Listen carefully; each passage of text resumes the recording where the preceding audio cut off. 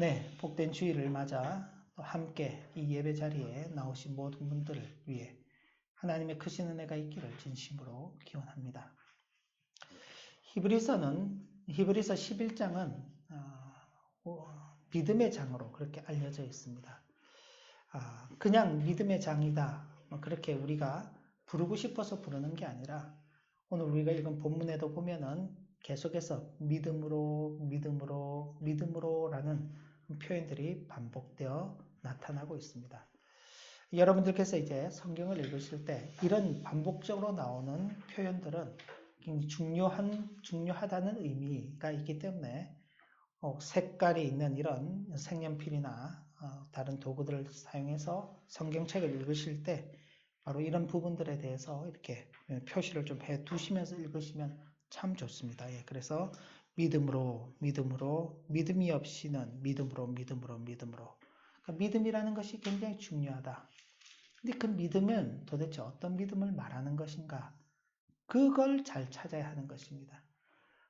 그렇지 않고 마치 그냥 믿음 그러니까 우리가 뭔가 우리의 신앙적인 표현을 해내면은 그것이 믿음이다라고 그렇게 생각하기 쉬운데 믿음은 우리에게서 나오는 것이 아닙니다. 지난 시간 우리가 가진 믿음이 무엇인가에 대해서 살펴볼 수 있었습니다. 우리가 가진 믿음은 순종을 목적으로 하는 믿음입니다. 그리고 우리의 존재됨을 이루어가는 믿음입니다. 성도의 일생은 바로 이 믿음을 우리 기둥과 토대로 삼아서 걸어가는 것입니다. 세상이 처음 시작될 때부터 이 믿음은 우리에게 주어졌죠. 그러니까 하나님께서 우리에게 이 믿음을 주시고 이 믿음을 기둥과 토대로 하여서 우리의 존재됨을 이루어가고 그리고 하나님 앞에서 순종하는 삶을 살아갈 것을 우리에게 가르쳐 주시는 것입니다. 이것이 참으로 복된 하나님의 창조함을 받은 사람이 이 땅 가운데서 그 영화를 누리며 살아가는 길인 것입니다.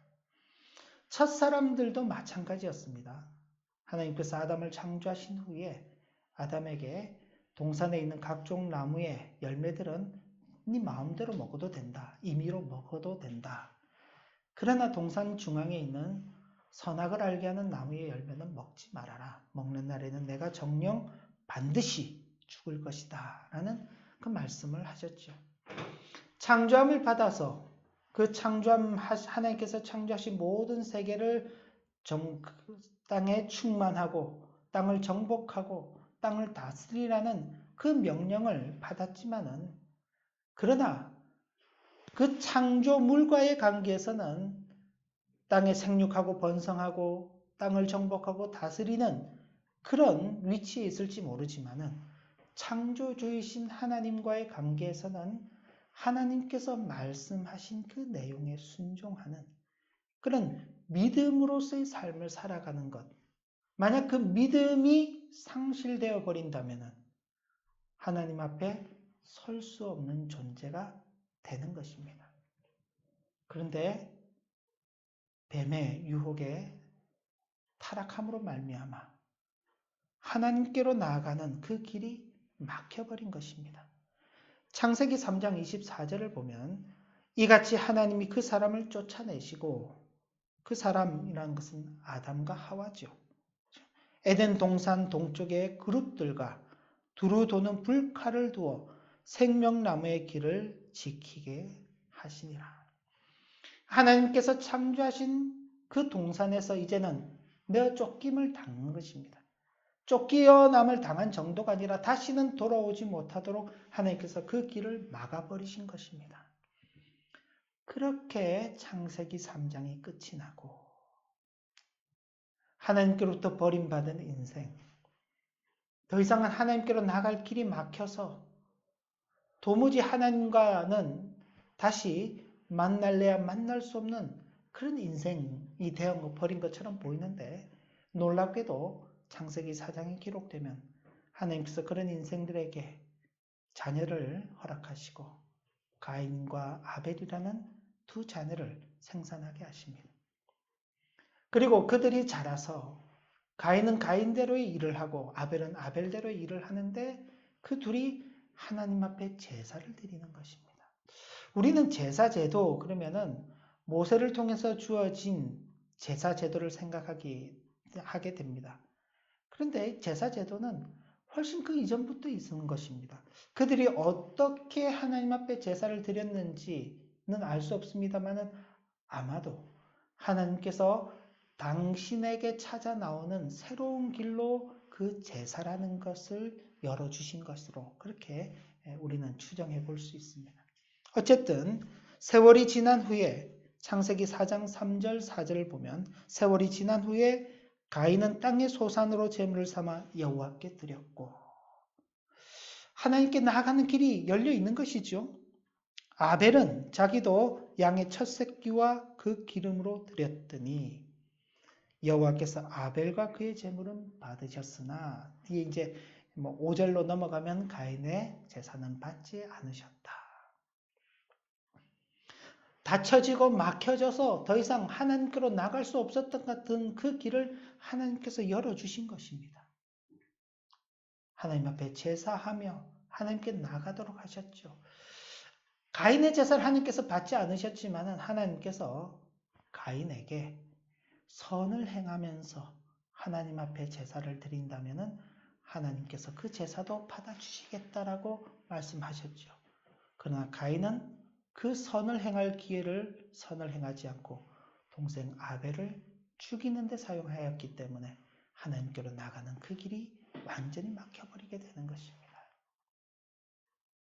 그럼 아벨의 제사를 왜 받으셨는가? 여기 그 이유에 대해서 히브리서 11장 4절을 보면은 믿음으로 아벨은 가인보다 더 나은 제사를 하나님께 드림으로 의로운 자라 하시는 증거를 얻었으니 하나님이 그 예물에 대하여 증거하심이라. 하나님께서 그 예물에 대해서 증거하셨는데 무엇을 증거하셨는가? 아벨은 믿음으로 하나님 앞에 제사를 드렸다. 그가 비록 죽었으나 그 믿음으로써 지금도 말하고 있느니라. 하나님께서 믿음이라는 새로운 길을 열어주시면서 타락함으로 말미암아 하나님께로 나가는 그 길이 막혀버렸는데 믿음이라는 그 길을 통해서 하나님 앞에 나가는 새로운 길을 열어주신 것입니다. 믿음이라는 길은 하나님께서 열어주신 것이죠. 믿음은 하나님의 말씀에 복종하는 것입니다. 그리고 오직 하나님의 약속에만 의지하는 것이 믿음입니다.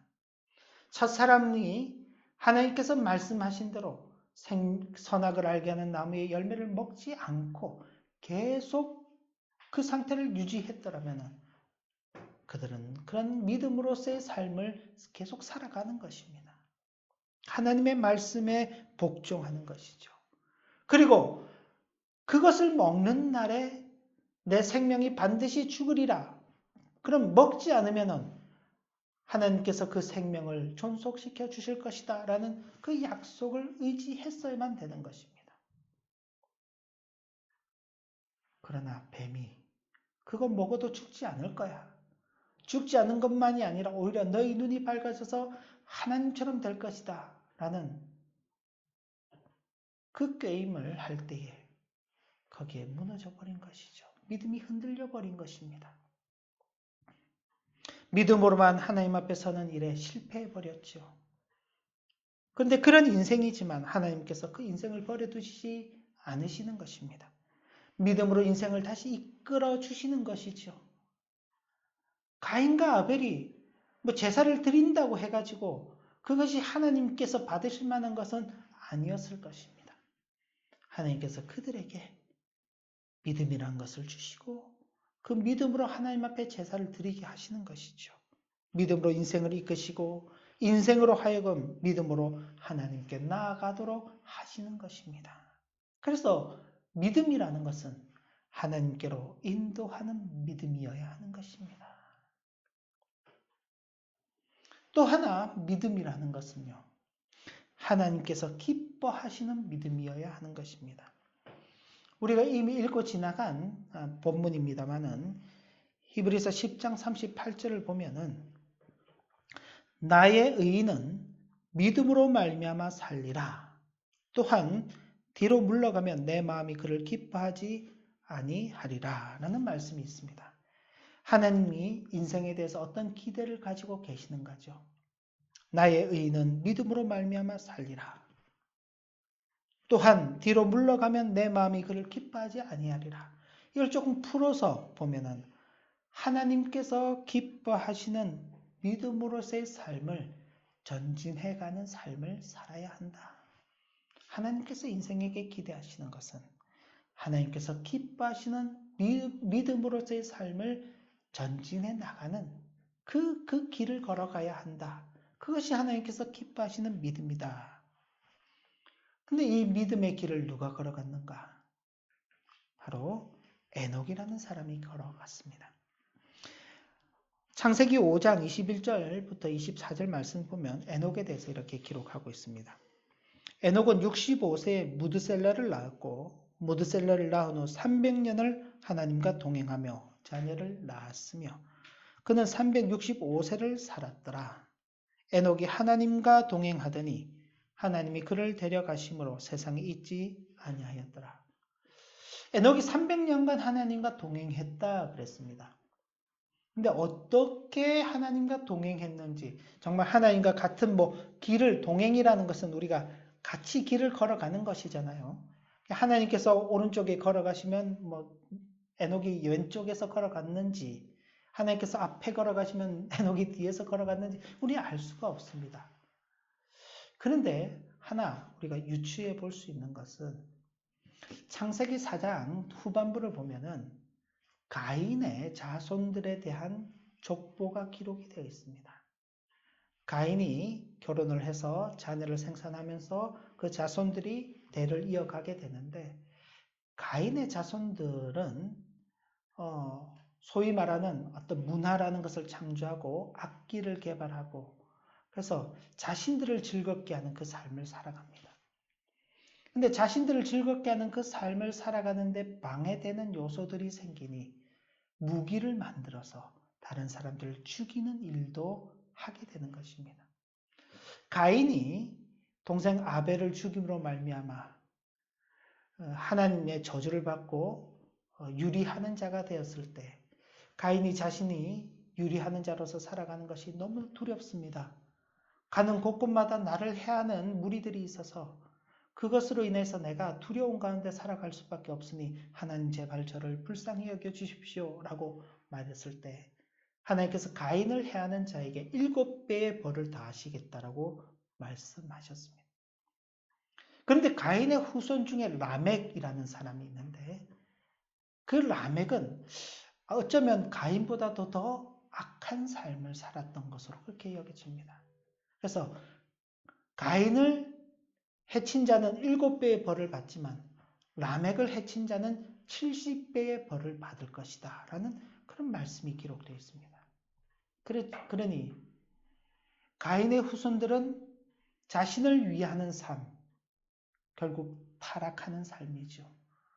그리고 그 타락하는 삶과 연계되어서 폭력과 전쟁과 살인을 그렇게 해나가는 그런 삶들을 살아가는 것입니다. 그와 반하여서 창세기 5장을 읽게 되면은 아담의 계보가 쭉 기록되어 있는데 아담의 계보는 특이할 게 없어요. 낳고 그리고 언젠가 죽었더라. 여기 에녹도 마찬가지입니다. 에녹도 65세에 무드셀을 낳고 300년을 하나님과 동행하며 자녀를 낳았으며 그죠? 365세를 살았더라. 하나님과 동행하더니 하나님은 그를 데려가심으로 세상에 있지 아니하였더라. 죽음에 이르게 됐다는 것이죠. 그런데 이 내용에 대해서 히브리서 11장 5절을 보면 이렇게 기록하고 있습니다.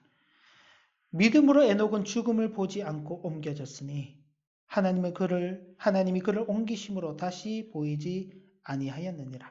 그는 옮겨지기 전에 하나님을 기쁘시게 하는 자라 하는 증거를 받았느니라. 하나님을 기쁘시게 하는 자. 그게 하나님과 동행하는 삶. 믿음의 삶이었습니다. 어떤 삶인가요? 가인의 자손들이 사는 그 삶과는 반대되는 삶을 살아간 것입니다. 어떻게 보면은 굉장히 단조로운 삶이죠. 보잘것없는 삶입니다. 그냥 일상적인 삶을 살아가는 것이죠. 자기를 위하는 삶이 아니라 하나님을 위하는 삶, 하나님을 기쁘시게 하는 삶. 그건 하나님의 말씀에 복종하고 하나님의 약속을 의지하고 살아가는 것입니다. 주변을 보면 가인의 자손들이 더 번창하면서 사는 것 같지만은 그저 자신들에게 주어진 일을 성실하게 감당하며 살아가는 것입니다. 그래서 히브리서 11장 6절이 이렇게 기록하고 있는 것입니다. 하나님을 기쁘시게 하는 믿음이 무엇이냐? 믿음이 없이는 하나님을 기쁘시게 하지 못하나니. 믿음이 있어야 되는구나. 근데 어떤 믿음이냐?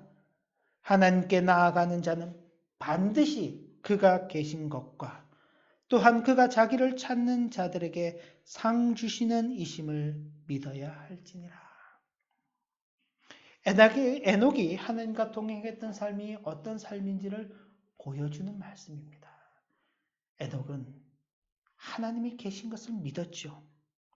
그리고 그 하나님께서 자신을 찾는 자에게 상 주시는 약속하시고 그 약속하신 것을 반드시 이루는 분이심을 알고 살았던 것입니다. 하나님께서 오른쪽으로 가시니까 오른쪽으로 따라가고 그런 하나님과 정말 이렇게 같이 걸어갔다는 그게 아니라 하나님께서 주신 그 말씀에 귀를 기울이고 그리고 하나님께서 약속하신 그것을 믿으면서 그 길을 걸어가면은 하나님께서 반드시 그 약속을 이루신다는 것을 확인하며 확신하며 걸어갔던 그 삶이 하나님을 기쁘시게 하는 삶이었고 하나님을 기쁘시게 하는 믿음인 것입니다. 믿음은 인생의 스스로를 기쁘게 하는 것이 아닙니다. 우리는 가끔 뭔가 우리가 신앙적인 행위를 하게 되면은 그럼 마치 우리의 믿음이 있는 것 같이 그렇게 여겨지죠. 금식을 한다든지 밤을 새워서 기도를 한다든지 얼마간의 기간 동안에 성경을 통독한다든지 구제를 한다든지 헌신을 한다든지 그러면은 마치 우리의 믿음이 쑥쑥 자라는 것 같고 그렇게 우리를 기쁘게 하는 그런 믿음을 생각합니다. 반대로 기도를 하지 못한다든지 성경을 읽지 않는다든지 헌신과 봉사를 하지 않게 되면 마치 우리에는 믿음이 없는 것처럼 그렇게 생각하기 쉽습니다. 이건 대단히 우리 주관적인 것이죠. 내가 하는 그 기도가 과연 하나님께서 받으실 만한 기도인지 내가 읽는 그 말씀이 정말 하나님의 말씀에 귀를 기울이고 싶어서 그 말씀을 읽는 것인지 아니면은 나의 만족을 채우기 위해서 말씀을 읽는 것인지 사람들에게 보이기 위해서 봉사하고 헌신하는 것인지 아니면 정말 주께로부터 받은 그 은혜에 감사하여서 내가 할 수 있는 최선을 다하여서 헌신하고 봉사하는 것인지 믿음은 우리 스스로를 기쁘게 하는 것이 아닙니다. 하나님을 기쁘시게 하는 것이 되어야 하는 것입니다. 하나님의 존재에 대한 확신, 하나님께서 주실 상인 구원과 영원한 생명에 대한 확신이 있어야 하며 이런 믿음의 확신은 하나님과 동행하는 것으로 고백되어지는 것입니다. 세상 사람들이 어떻게 살아간다 할지라도 그거 부러워하지 않는 것입니다. 세상 사람들이 힘을 가지고 세상 사람들이 즐거워하고 세상 사람들이 자기 마음대로 살아갈지라도 하나님께서 내게 주신 그 삶을 초라하고 보잘것없이 여겨지는 그 삶이라 할지라도 하나님께서 내게 약속하신 바를 이루실 것이라는 그 사실을 알고 하나님의 말씀에 순종하며 살아가는 것입니다. 그것이 하나님과 동행하는 삶인 것입니다. 그런 삶을 하나님께서는 기뻐하시고 거기에 기뻐하시는 그 믿음이 드러나게 되는 것입니다. 하나님께 순종하는 믿음, 그것이 우리가 가지는 우리의 믿음이 드러나는 것이 되어야 하는 것입니다. 순종이 없으면요, 이 땅은 죄라는 것밖에 남지 않습니다. 창세기 6장 9절에서부터 11절도 보면은 믿음의 사람 노아에 대해서 기록하고 있습니다. 이것이 노아의 족본이라. 노아는 의인이요 당대의 완전한 자라. 그는 하나님과 동행하였으며. 앞서서 에녹만 하나님과 동행한 게 아닙니다. 여기 노아도 하나님과 동행했다고 그랬습니다. 그런데 노아가 한 일은 무언가요? 세 아들을 낳았으니 셈과 함과 야벳이라. 그런데 이 노아와는 전혀 반대되는 대조되는 세상의 모습이 기록되어 있습니다. 11절을 보면 같이 한번 읽어볼까요? 같이 한번 읽으시면 좋겠습니다. 같이 읽겠습니다. 그때에 온 땅이 하나님 앞에 부패하여 포악함이 땅에 가득한지라. 노아가 살아가는 시대의 모습입니다. 그때 온 땅이 하나님 앞에 부패하여서 포악함이 땅에 가득한지라. 세상 사람들을 입장에서 볼 때는 이렇게 살아가는 것이 일반적인 것이고 당연한 것입니다. 어쩌면 노아처럼 하나님과 동행하면서 살아가는 그것이 비정상적인 것입니다. 그런데 노아는 그런 비정상적인 삶을 택한 것입니다. 왜요? 노아의 그런 순종함이 사라져버리면요, 남는 이 세상은요, 죄만 가득한 그런 부패한 세상이 되는 것입니다. 결국 이 일 때문에 하나님께서 노아의 가족을 제외하고는 이 세상의 모든 생명을 다 물로서 심판하시는 그 일이 있지 않았습니까? 그 일이 있기까지 무려 120년이라는 준비 기간이 주어집니다. 그 준비 기간에 하나님의 말씀을 따라서 살았던 그 노아의 삶이 바로 하나님의 말씀에 순종하는 그 순종의 믿음의 삶이었죠. 히브리서 11장 7절을 보시면 믿음으로 노아는 아직 보이지 않는 일에 경고하심을 받아서 경외함으로 방주를 준비하며 그 집을 구원하였으니 이로 말미암아 세상을 정죄하고 믿음을 따르는 의의 상속자가 되었느니라. 믿음이라는 것은요, 그냥 내가 하고 싶은 대로 하는 게 아닙니다. 하나님께서 하시는 그 말씀을 경외함으로 받는 것입니다. 경외함이라는 것은 한편으로는 두려워하고 한편으로는 존경하는 것입니다. 거기에는 내가 어떻게 판단하고 평가하고 하는 그런 어떤 것이 끼어들 여지가 없는 것입니다. 하나님의 그 말씀을 두려움으로 받고 두렵지만은 그 말씀을 존중히 여기면서 그 말씀에 순종하여 나가는 것입니다. 그래서 이로 말미암아 세상을 정죄하고 믿음을 따른다는 것이 무엇인가를 보여주는 의의 상속자가 된 것입니다. 120년 후에 하나님께서 물로 심판을 하시겠다라는 그 말씀을 듣고 방주를 지으라. 그 120년 동안 노아의 그 삶이 어떻겠습니까? 모든 사람들이 지나가면서 노아를 두고 미쳤다고 말하지 않았겠습니까? 그런 세상의 비난 속에서도 하나님의 말씀을 믿고 경외함으로 그 말씀에 순종하고 그 순종함으로 말미암아 믿음을 따른다는 것은 바로 이런 것이다 라는 것을 보여주는 것입니다. 뿐만 아니라 여기 믿음으로 순종하는 또 한 사람 아브라함이 등장합니다. 그는 하나님의 부르심에 순종하는 믿음을 보여주었습니다. 8절부터 10절 말씀인데 믿음으로 아브라함은 부르심을 받았을 때에 순종하여 장래 유업으로 받을 땅에 나아갈새 갈 바를 알지 못하고 나갔으며 이 갈 바를 알지 못했다는 것은 확신하지 못한 상태로 나가는 것입니다. 그 땅에 대해서 나아가지만은 그것이 정말 자신의 것이 될 것이라는 그 확신이 없었지만 그러나 하나님께서 부르시기 때문에 순종하며 나간 것이죠. 믿음으로 그가 이방의 땅에 있는 것 같이 약속의 땅에 거류하는 동안 거류하여 동일한 약속을 유업으로 함께 받은 이삭과 야곱과 더불어 장막에 거하였다. 하나님께서 그를 약속의 땅 가나안 땅에 보내셨죠. 그러나 아브라함은 그 땅에서 나그네의 삶을 살았습니다. 아무것도 가진 것이 없었습니다. 마지막 사라가 죽을 때에 마멜라 굴이라는 그 굴을 사서 매장지로 삼는 것이 그것이 아브라함 일생 동안 그 약속의 땅에서 가진 유일한 자기 땅이었습니다. 평생을 그는 나그네와 같이 살았습니다. 그러나 그의 마음속에는 무엇이 있었는가? 10절을 보면 이는 그가 하나님이 계획하시고 지으실 터가 있는 성을 바랐습니다.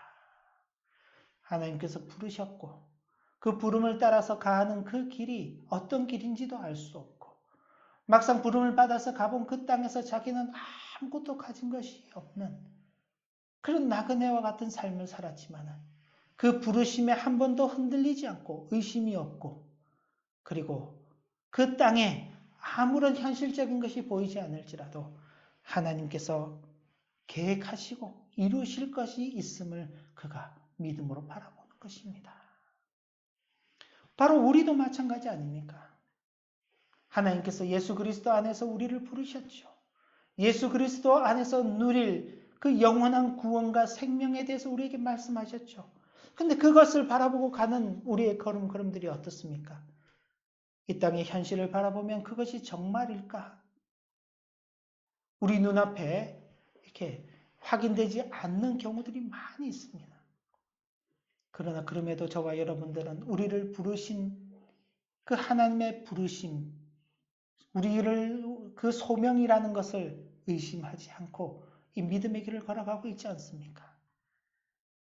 그리고 이 땅의 삶이 전부가 아니라 우리를 기다리고 있는 영원한 삶이 있을 것을 우리는 확신하고 있지 않습니까? 하나님 앞에서 우리도 이런 믿음으로 살아가고 있는 것입니다. 뿐만 아니라 하나님의 약속에 순종하는 믿음도 있습니다. 11절 말씀은 믿음으로 살아 자신도 나이가 많아 단산하였으나 잉태할 수 있는 힘을 얻었으니 이는 약속하신 이를 미쁘신 줄 알았습니다. 자기 자신을 보면은 더 이상 생명을 낳을 수가 없죠. 아니 나이가 이미 90이 가까운데 어떻게 자녀를 생산할 수 있습니까? 이미 여자로서 자녀를 생산할 수 있는 그 시기가 다 지나버린 것입니다. 그런데 하나님께서 그에게 나타나셔서 1년 후에 네가 아들을 낳을 것이다. 처음에는 의심했죠. 웃었죠. 그러나 자신이 하나님의 약속을 믿지 못한 것을 곧 깨닫고는 돌이키고 그 약속을 믿고 기다리니 하나님께서 그 약속을 이루신 것이죠.